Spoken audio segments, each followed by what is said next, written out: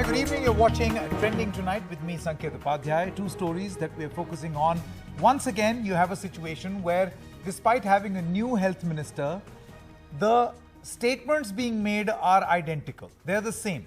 And that has led to a confrontation. Now, we're not going to sit in judgment as far as the new health minister is concerned, because he has said what he had to. He may have merit in what he has said. But the states seem to say that this is once again a state of denial. So thus we ask this question. By saying that there is no shortage, is denial the solution to vaccine shortage? That's a debating point once again between state and center. And here we thought that there will be this big boost now that manufacturing is sorted to vaccination in this country. We'll see about 80 lakhs, 88 lakh vaccinations per day. But that's not happening. Is denial the solution? That's the big point. Story number two, we've learned from reliable sources that the meeting that took place yesterday between Prashant Kishore, the chief strategist for many different political parties, and the top leadership of the Congress party, the Gandhis to be precise, was not about Punjab, was not about Uttar Pradesh, was not about other state assembly elections, but it was about something bigger. Now, what does this something bigger mean? Is PK planning to join the Congress party? Remember in an interview when he told NDTV that now he wants to quit the space of being a strategist and take up something else. Is it this? We asked Mr. Salman Khurshid, who's in the Congress party, who has a bit of advice or two for Prashant Kishore, who may be thinking along the lines of joining the Congress party. All right, let's quickly move to discussion number one. We'll be putting out some graphics or some presentation points on the screen right now for you to see as far as what the health minister has said, what the Tamil Nadu government has said in response, and what other state governments are also saying, like Jharkhand. So all those details on your screen right now. That's the Union Health Minister who said that states have been informed by way of tweets. He said states informed of vaccine supply on the 19th of June. Mismanagement and long queues of vaccine takers. He blames the states for this. That you can't blame the center. Very clear what problem is and who's the reason for it, says the Union Health Minister. It's an important point that he's making. He says statements create confusion and concern in the media. So there is a useless statement being made only to create panic among people. Then you've got the Tamil Nadu government, which says that there is imbalance in vaccine allocation. You've got the Jharkhand chief minister who says vaccine is an issue of concern. It's a situation of drop by drop where you can neither live nor die. All of this is happening right now. We should also tell you that cases may now plateau, but there is an increase that one can notice as far as the R factor is concerned. And that is not a pleasant sign. That is not good, because R factor means the number of people who are infecting more people. So that is now gradually increasing. Is this the sign of the third wave? And do we need to be careful? The one weapon that we had was vaccination, and we have slowed that down as well. And unfortunately, what is not slowed down is the politics around why vaccination is slow. Let's put this to a discussion. Jasmine Shah, Vice Chairman, Dialogue and Development Commission, DDC of the Delhi government. We've got Rajat Sethi also, is a political analyst. Thank you very much, Rajat, for joining us. Mr. T.S. Singh Dev, Health Minister of Chhattisgarh, is also going to join us in just a short moment. Jasmine, so the new Health Minister has said what he had to. I have mentioned it also. He also gave out the doses. He said at no point has any information been hidden from states. So to say that there is a shortage is wrong, because whatever the supply was, in actual numbers, all that information has been provided to each state. Now you can argue that the original supply was less. The original number which was earmarked for the month of July, that may be less. But nothing has changed. So why cry shortage? Saket, first let me say that in Delhi, we have right now 3 lakh vaccines that are available. As a state, our capacity to vaccinate is around 2.5 to 3 lakh maximum. But we are forced to ramp it down and operate at roughly 50% of our capacity. Yesterday, we vaccinated 1.2 lakh people. Why? Because A, we have only 2 days of vaccine supplies left. B, we have no information for the rest of the month of July what days, how many doses of Covishield and Covaxin we'll get. So in this kind of a scenario, and this is not January, this is not the first month of rollout of vaccination. We are on the 7th month of rollout, where many states have vaccinated, 60 to 70% of our population. Delhi says, our chief minister has said that give us enough vaccination, we'll vaccinate all our people in 2 to 3 months. But at the pace at which we have been allocated vaccination jabs, it will take us 15 months, 13 to 15 months only for Delhi to get fully vaccinated. And that is going to be disastrous. There is no which way we can avoid the third wave if this is how shockingly low our vaccination rates are going to be. So I think this quibbles about humne ye nahi bola tha, humne wo nahi bola tha, let's forget all of that. Let's face the harsh reality that center's vaccine policy right from the get-go has been absolutely disastrous. At the time when we should have been ordering vaccines in September, October last year, we were sleeping. In January, February, when we should have been vaccinating our people, we were sending our vaccines abroad. And now, when we should have launched a mass campaign, not just for one day, of June 21st, but every single day we should have been vaccinating 9 million people.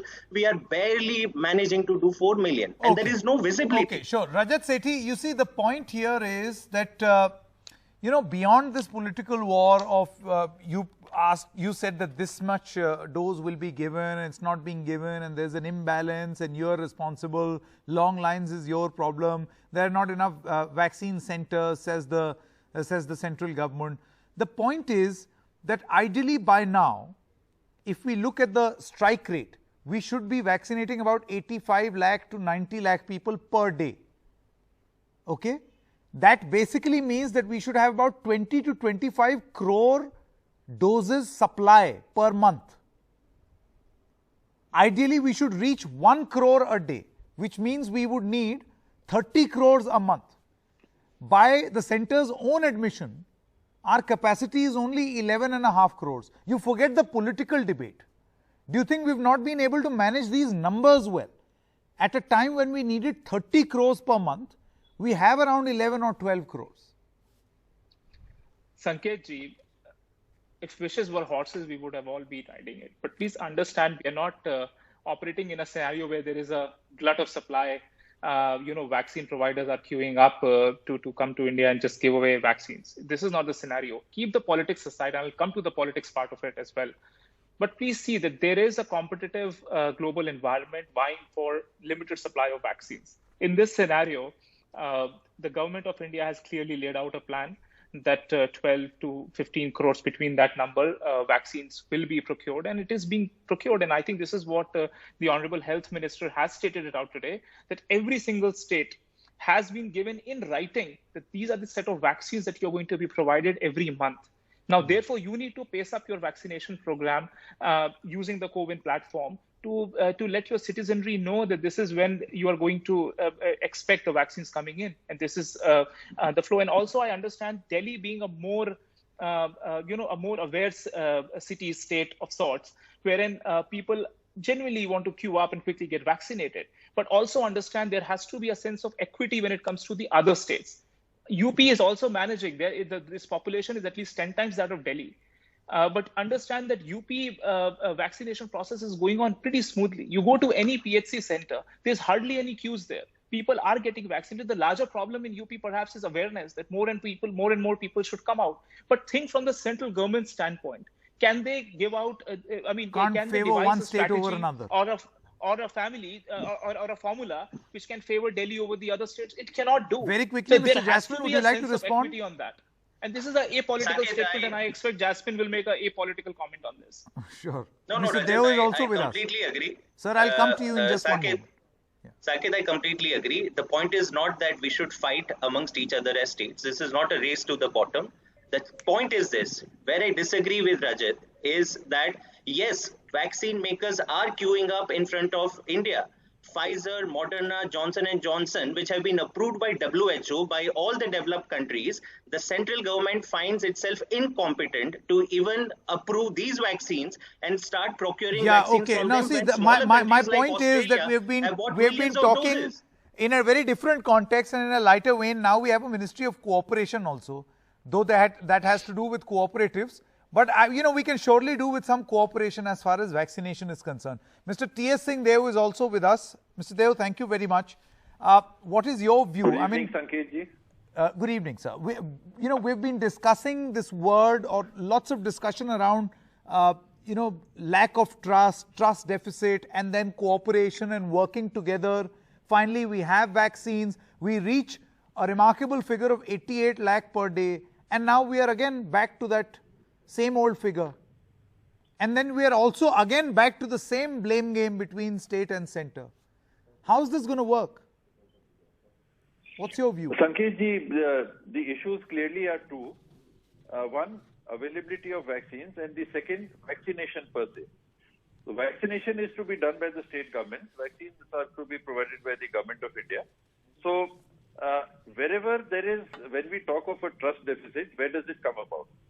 If ever a statement is made, there is no dearth of vaccines, availability of vaccines is as much as the demand is there, then the problem comes up, because then it is for the states to answer to their people, so why aren't you vaccinating us? If the government of India is making a statement, very responsible people in the government of India are saying there is no dearth of vaccines, then why aren't you vaccinating us? Then the issue comes up and it boils over. And then we have to say that Chhattisgarh, for example, has asked for 1 crore vaccines. And we have been given in writing that for the month of July, we will be given 19 lakh vaccines. So that is the difference. 20% supply is available compared to what we can vaccinate, the vaccination capacity of Chhattisgarh at 3.5 lakh vaccinations per day. So it must be told and shared with the country. When we are talking of cooperation, we should fully take the people of the country into confidence. No, but then, Mr. Dev, what should be shared with the people of this country? Because the government says that it has shared in complete transparency the number of vaccine doses that will be made available in a month. So we should not say that there is no dearth of vaccines. We should say that only so many vaccines are available. You see, if you are going to vaccinate at this current rate, how many months it is going to take us to vaccinate the country? It will be 13 months. So we have to let the people know that at this current rate, why was there a spike up to 88 lakhs per day? Because the stock was there with all the states for 45 plus. We had stocks and we didn't have people to get vaccinated. Sure. And the minute you opened it up for 18 plus, suddenly there was a spike in vaccine number of vaccinations in a day. And the minute the vaccines were used, again we have come down to the average of around 35 to 40 lakhs per day, because that is probably the number of doses being manufactured in the country. Where I have always felt that we did not measure up to the requirements of the country is, if we know that it takes 120 days for a vaccine to be dose to be prepared, then should we not have done what we are doing today 6 months back?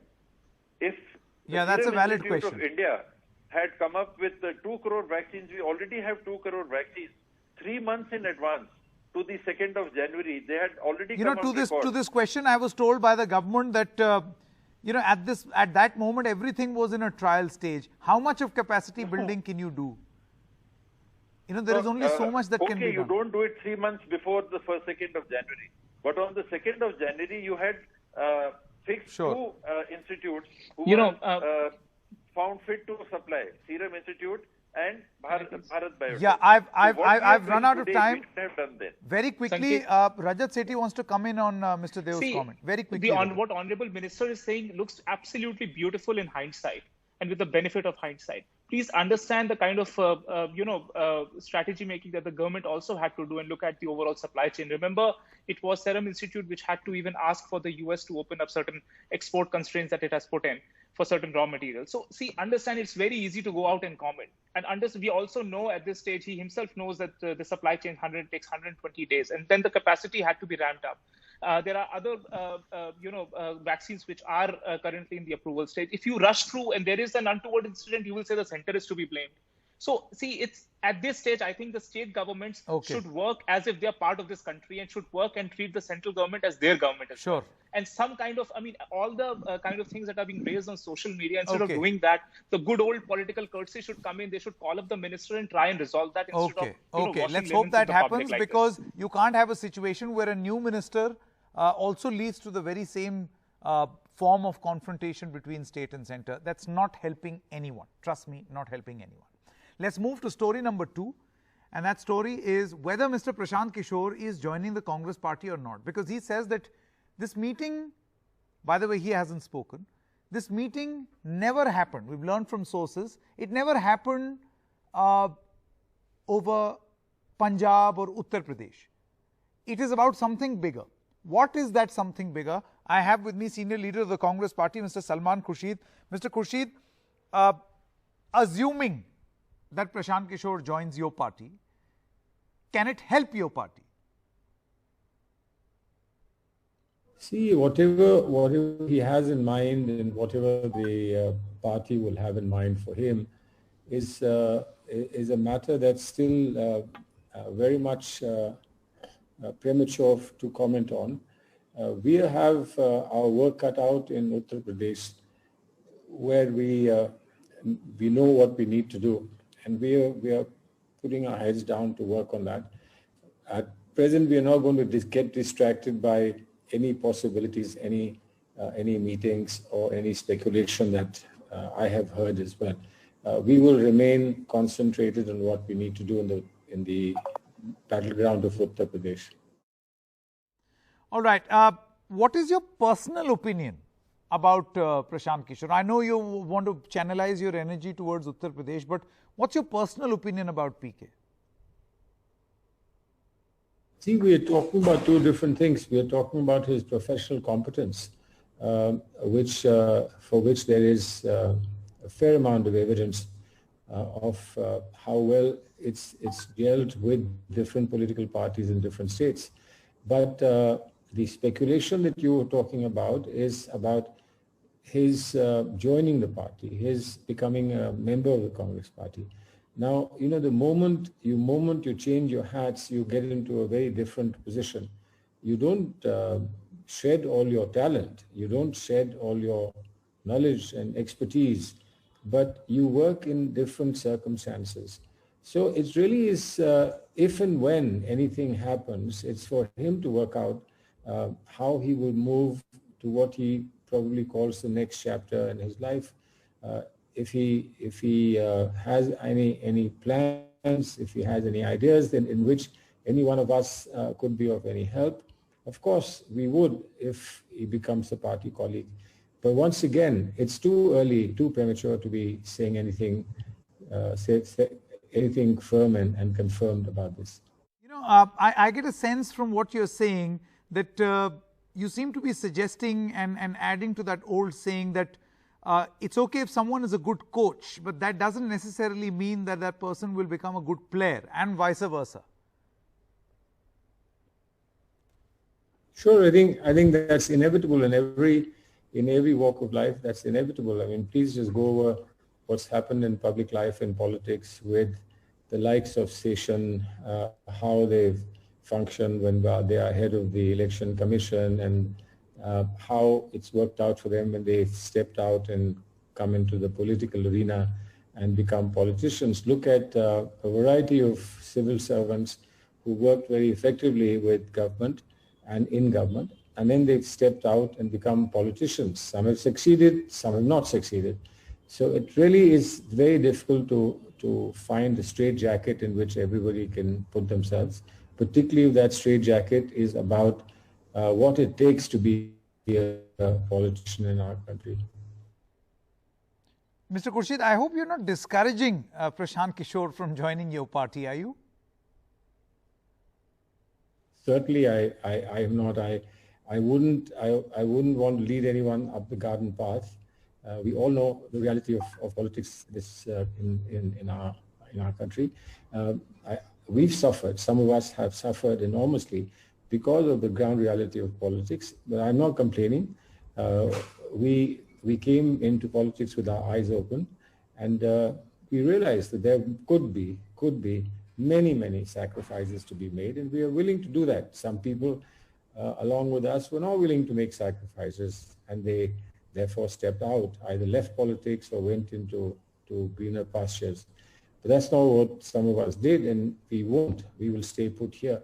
Therefore, to speak of the reality of our own experience on an occasion like this, when you ask questions about somebody who might step in and start a new life, one's going to be truthful. You can't paint a romantic picture of life being beautiful inside a political party, particularly if you're out of power. Mr. Khurshid, is it not a romantic proposition for you to be in the Congress party? Because I ask you this question because the way you're speaking. It's not about the Congress party.